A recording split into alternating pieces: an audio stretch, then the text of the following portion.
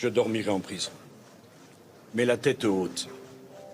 Pour ne rater aucune de nos vidéos, n'oubliez pas de vous abonner et d'activer la cloche.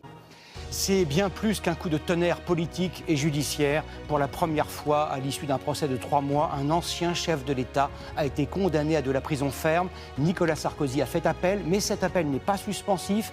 Il est convoqué le 13 octobre pour connaître la date de son incarcération. Quels sont les faits précis qui lui sont reprochés? Antoine Bourdarias, Marie Belot et Floriane Pellet. D'un pas décidé, Nicolas Sarkozy sort de la salle d'audience et s'avance vers les journalistes. Il vient d'être condamné à 5 ans de prison ferme pour association de malfaiteurs.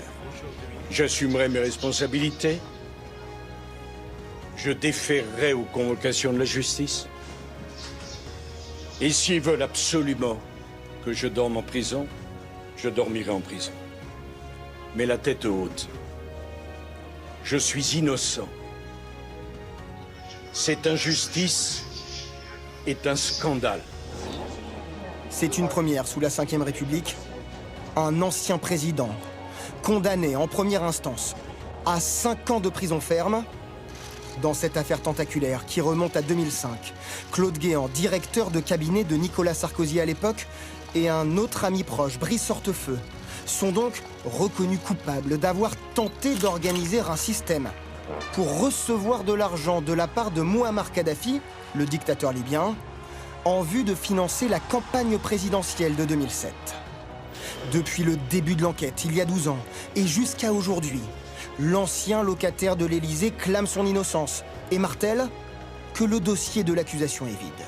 Ce que retient le tribunal correctionnel pour le condamner, ça n'est rien d'autre qu'une histoire, qu'une supposition. Est-ce qu'il y a des preuves de ce que le tribunal avance? Non, il n'y en a pas. C'est ça qui est très dur pour nous. Il n'y a pas de preuves. Les avocats de Nicolas Sarkozy ont annoncé que l'appel a déjà été déposé. 3 nouveaux juges seront donc chargés de reprendre l'intégralité du dossier. Je demande aux Français qu'ils aient voté ou non pour moi, qu'ils me soutiennent ou non, d'apprécier ce qui vient de se passer. La haine n'a donc décidément aucune limite. Ceux qui me haïssent à ce point pensent m'humilier. Ce qu'ils ont humilié aujourd'hui, c'est la France. C'est l'image de la France.